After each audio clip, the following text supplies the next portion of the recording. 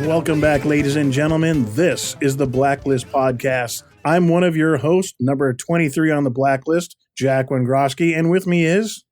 Number 13, Melissa Maxey. We're talking about Season 3, Episode 12, The Vehm. It's kind of a dark and mysterious show, wasn't it? It was. The clowns.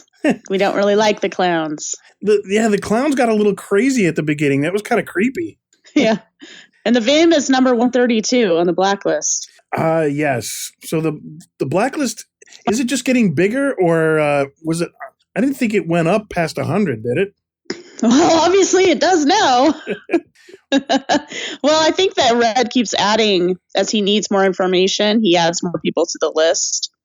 I think there's enough on the list, at least for Season 4, probably Season 5. I think we're going to be okay here. I think we're going to be good for several years, yes. Besides the fact it's been crazy popular. Yeah, I got my son watching it. He's so excited. He's just finished Season 2. Cool. Well, make sure he downloads the show on iTunes and then gives us a like, because, that always helps. Wherever. I will.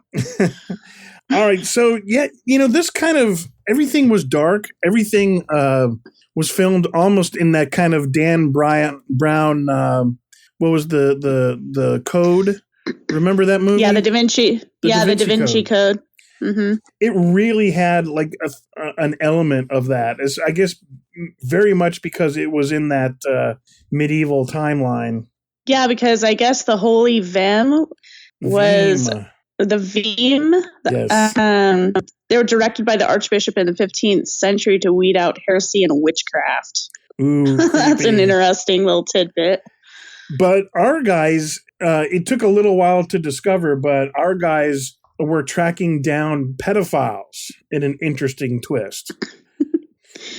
Interesting. It was very dark and scary, for sure. It was, and here's the weird twist was the reason that we wanted that Red wanted information is because one of his former, I guess, clients had gotten killed in a very similar medieval manner.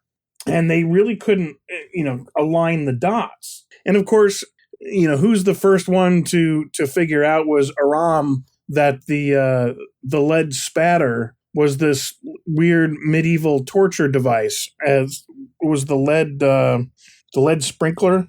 Yeah, that's right. Yeah, he's... I love Aram because he like has all this like weird information that he comes across. Where do you come from? I guess maybe I should have just Googled lead sprinkles or something. I don't know. I grew up, in the 70s and everything had lead in it, so and didn't affect me at all. That's true. So we know of. That we know of. I have this funny tick, and I keep repeating myself a lot, so that could be a problem. So that wasn't even like the biggest part of this episode, really. I know. It was like kind of like a side aspect to the part that Liz, telling Reddington that she's pregnant, and he's like, "Yeah, I've kind of figured that out." And she's like, "What? What do you mean?" Yeah, it was like, is this the pregnancy a plan by Red all along? like no, because he is adamantly against it. Just like the rest of us are. Well, that's true, but I am. I'm against it. She had this like look in her face that said like, did he do a pregnancy test while I was asleep? But then he follows up and says, no, actually, the glow, your change in diet, and all these clues, it was really easy to tell. And of course, she's actually pregnant in real life. So they've masterfully kind of written this into the show. And, some of the reaction isn't universal. It's like, why? I mean, in this kind of storyline, it's kind of interesting and it could go well, but it might not go well. It's true. I mean, it's been done before in other, shows. I mean, the X-Files did. I mean, Gillian Anderson was pregnant when they did those episodes, and they just wrote it right into the storyline, and it worked out perfect. gave, I think that it really just endeared everyone to Gillian Anderson just because she was, actually pregnant and working, so that gave all the women who were watching, a reason to really invest themselves in her character. I think that could happen here with Liz. It depends on how they take it and what they do with it. Yeah, I mean, I think you're right. I think, on the other hand, it could blow up kind of the other way. Is do we have to now have everywhere we go, now the baby's going to have to be there, or like X-Files that, we know the baby's there at some point, but it doesn't have to be with us all the time. Right. So in that instance, I think, it could go very badly. I think it's really up to the writers, and I hope they do good with that. But the point being is, the real focus of this wasn't the Vehm. It's the pros and cons of keeping the baby. Is she going to have the baby? Which, I mean, she's not. So she's decided to have the baby, and it looks like that. She's deciding to. She's decided to put the baby up for adoption. But Tom's in the picture now. Tom's really wanting to be a husband and a father. And so she starts putting this list together and the pros and cons. And the pros only have like a few little good things. It's true. The cons, like everything is against her for keeping the baby, like everything. And that's going to be a hard decision for her, and I don't think that, Tom, he really, like you said, he really wants to be with Liz. He wants to have a baby. That was his original intention. He wants to get back to that. But there's also the element with Tom of he's a criminal. Like, what are they going to do with that? I think that's just going to be one of Tom's flaws. I don't think he's ever going to be really done with what he's doing, because that's the essence of who he is. Unfortunately, is he going to be able to leave that life? I mean, not just him, but the people around him. I mean, you've got the major, who we haven't seen in a while. You've got all these forces kind of working against Tom. He's trying to get a job, and he's not having a whole lot of luck here. And, it's hard to raise a baby if he doesn't have a day gig. So, that's why the con list, in fact, the con list already has like Reddington at the top. The fact that, Tom is a wild card. I mean, he could go really good and he could go really bad, but it could go either way. I don't think anybody that watches this show is going to be like, oh, Tom's going to straighten right up and he's never going to have an issue again. Right. And Reddington really just is adamant about having her think about what she's going to do, because he is against it. He doesn't want her to have the baby, because it's dangerous. He's trying to protect her, and he's like, now he has another element. She's going to have a child, and he's going to have to protect the child too. And he knows Tom, and I'm sure that there's more about Tom that we don't know about. And Tom finding her list in the episode, and her coming home, he has the list, he's looking at it, and he's adamant about being with her and, let's run away together and let's have this baby and get away from Reddington. And it's just really a conflict for her. Well, on top of that, Tom did get a job in this episode, and it's a teaching job in Boston, and he wants her to pack up and go with. And that's the first wrinkle, because this thing with Reddington hasn't suddenly ended. And right now, no, that's his escape. He's like, let's escape out of here. You can get away from Reddington, and you can be with me, and we'll raise this child, and everything can just go away. The thing is that Reddington doesn't go away. He is there. He's inserted himself into her life. He knows everything. He has people in places that nobody knows about. And he's going to, if they left, he would find them. Right. Well, remember a couple episodes ago where she has a little fire in the kitchen, and even before the smoke alarm goes off for 1 second, the guy from next door comes busting in. I know. She's going to be followed. Like, he's going to have tails on her all, doesn't matter where she goes. He has tails on her now. So, just thinking about that, I mean, I know as me, as an audience member watching the episode was just like heart-wrenching because, I have children. So I know that's a tough decision, for her to make, being able to keep the baby, or give it up for adoption, have an abortion, whatever. These are choices that a lot of women have had to make, and it's just very difficult. It is, and it's just so many variables. And we spent that whole episode with the autistic kid, and it just didn't appear that she would be a very good parent. And then towards the end, she does connect with the kid as, okay, it might be okay. And she could figure it out. Yeah. And so I know this whole episode, we really focused on Liz and Tom and Reddington, but there really was a case going on in the meantime because we have Samar and Wrestler, going after the Vehm. So yeah, well, yeah, and it's funny because I saw something on one of the web pages. I wish I could remember, but what did they call it? Semesler? They combine anybody that has an affair on TV. They have their combined names, and apparently Semesler is completely dead. They whatever was left of that, they completely killed because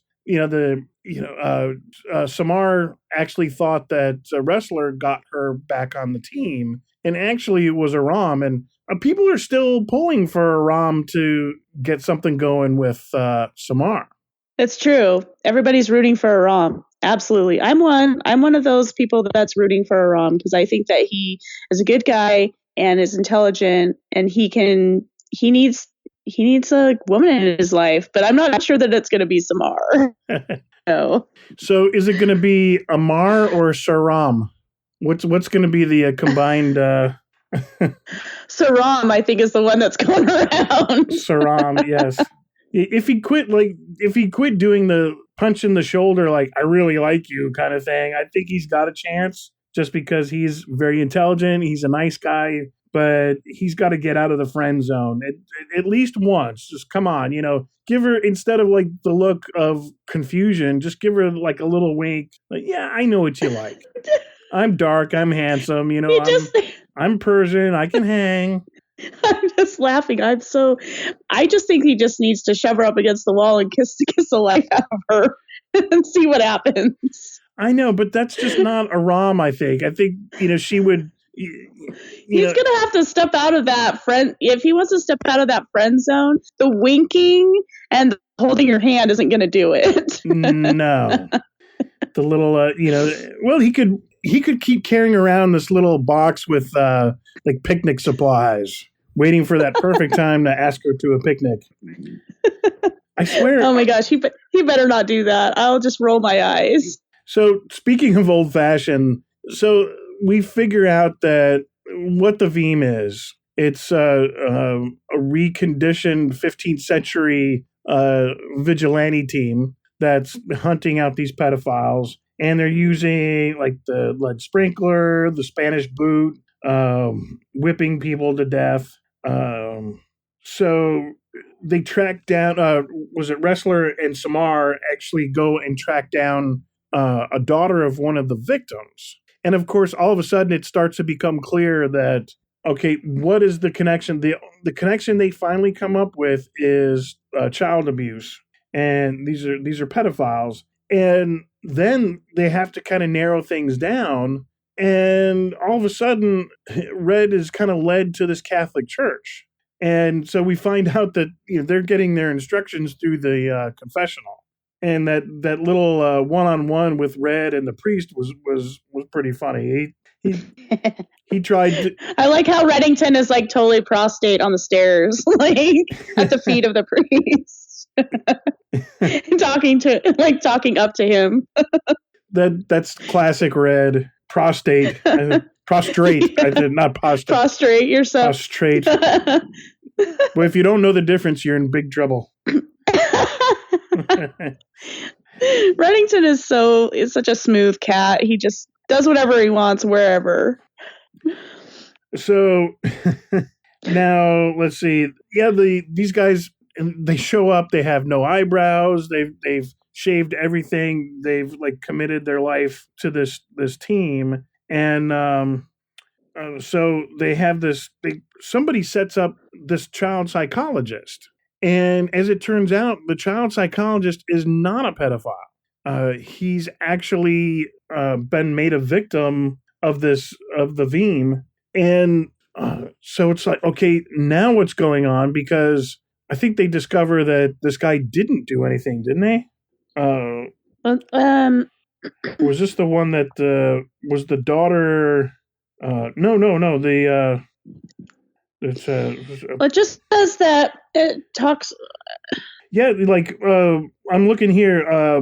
They figure out where this guy's going. They get to the office and they knock one of the Vehm out, and so the psychologist's abuse was made up. So he was set up by the priest, and of course, that's where we know something has gone wrong. And this is the only reason the Vehm is going to talk, because he realizes that there's a flaw in their system, that somebody's been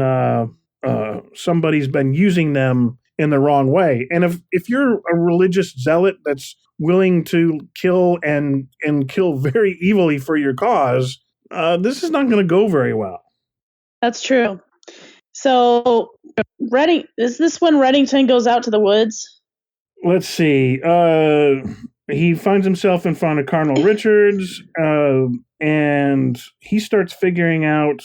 Yes. So because they start figuring out that some of these guys that have been attacked by the Vehm were money launderers, and Red tracks this pair that he had known previously, and he tracks the pair down and starts asking questions and finds out about it, and because they're on the list, and that's how they get back to the Cardinal, and that's where Red gets his in back with the Cardinal, because the Cardinal has been fudging church funds, and right. So, but out in the woods, when him and Dembe come up upon them, they're sitting around a campfire. Right, Reddington plops down, and he's like, "Are we gonna have some like campfire songs?" He's like, "Why don't you sing me a campfire song?"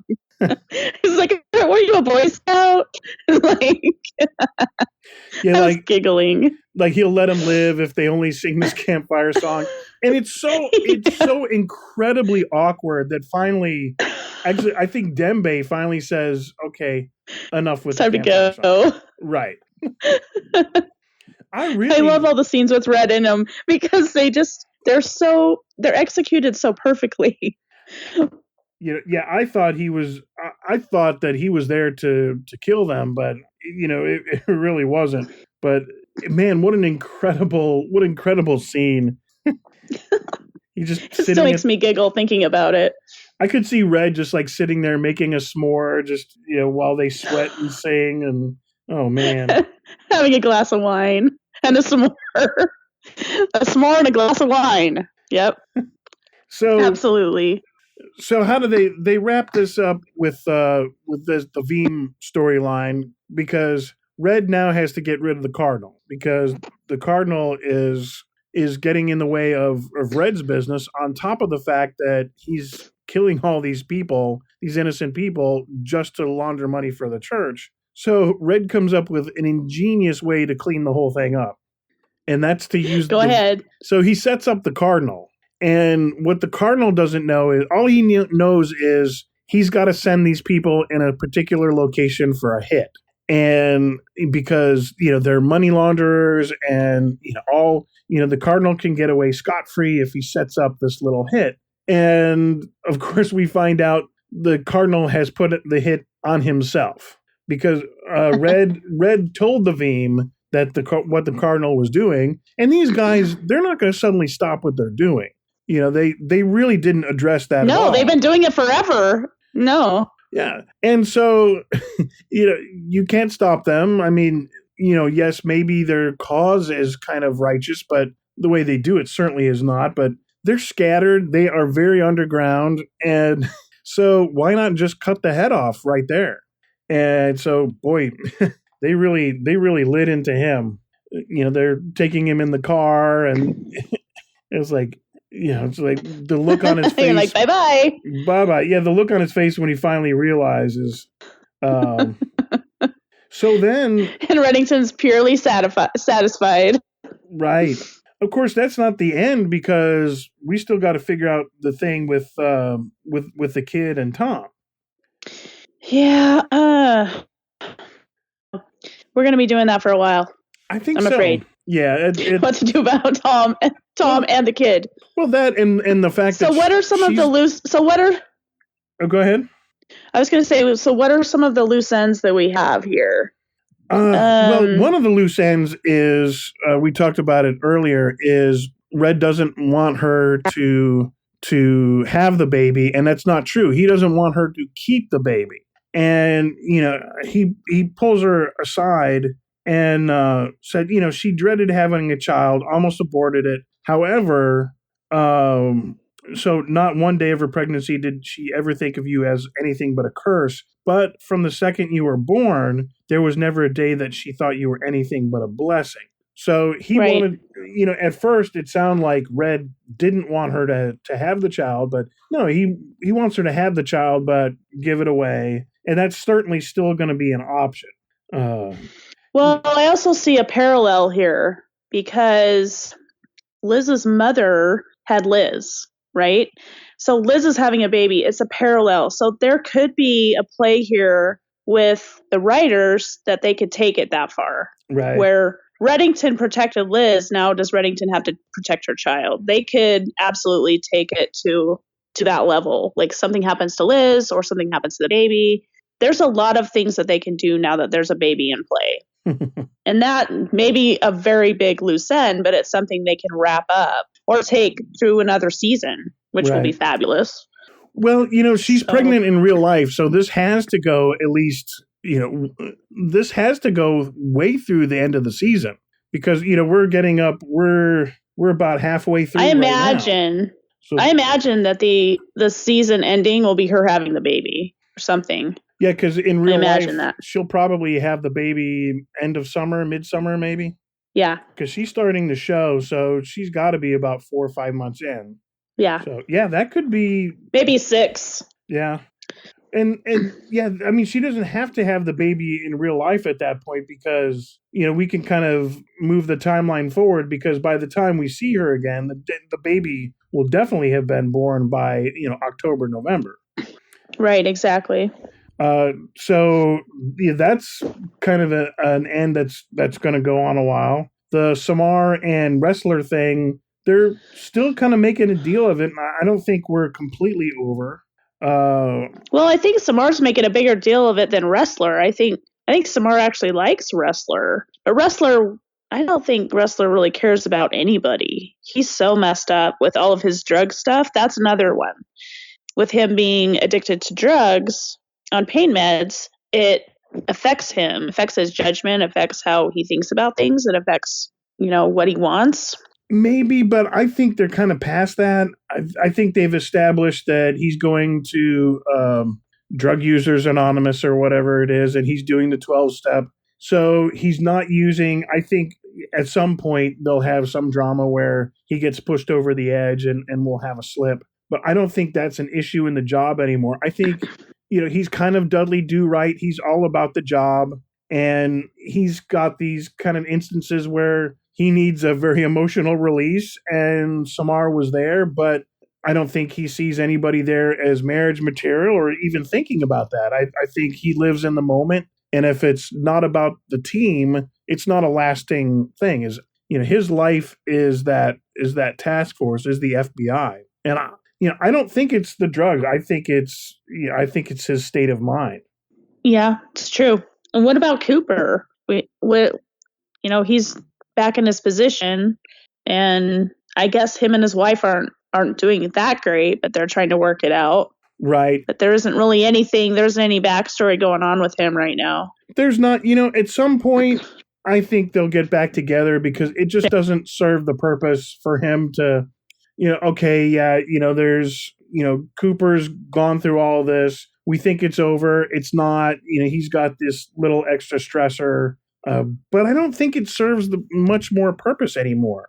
Other than a little extra drama, I think we're kind of done with the story. My prediction is that Cooper and the wife figure it out. It might even be like a red thing that gets them back together. Who knows? But either that or get him, a new love interest or something. But I think I see it going back to the wife. He's got the homestead. The poor guy just can't live in the office for the rest of the season. No, that would be terrible. It would. It's not like real life, It's all they have to do is write it back in. He's back to normal. I think that's the word they're going to go. I think that's a. I can't. I think that's about it. That's about it. Except the drinking the communion wine was hilarious. If it was just a burgundy, that's what he said. If it was just a burgundy, I might come to church. Yeah. It wasn't just communion wine. Make it something that's worth my while. Yeah, I think he called it's god awful, but yeah. All right, so I guess that leaves us with the Vehm is satisfied, and we're waiting on the baby. What about MVP? We didn't really nominate anybody for this episode's VIP. I'm not sure. Was there a standout? I didn't feel like there was really a standout. It kind of seemed level this time. I guess Liz could be the MVP just because she's kind of in the hot seat. I guess she's maybe pregnant. I'd rather go with Red for pulling off the whole Vehm thing. The communion wine scene was excellent. So was him sitting around the campfire. So okay, I could go with this. Yeah, and the way he set up the Cardinal, I think we'll have Red in there a lot of times. I think he's like a Tom Brady or an Elway kind of. He's always going to be an MVP a lot, but I think he's got to get it this time. So, well, that's about it for the show. You've been listening to the SMG Blacklist Podcast, where you can find us at www.southgatemediagroup.com. And what about our social media, Melissa? Our Twitter account is Blacklist Pod, and our Instagram account is The Blacklist Pod. My Twitter account is MSMaxi. And mine is at JWengroski. And we're also on Facebook. Oh, yeah, don't forget Facebook. And give us some reviews if you like us on iTunes. And I guess that's about it until next time. See you then.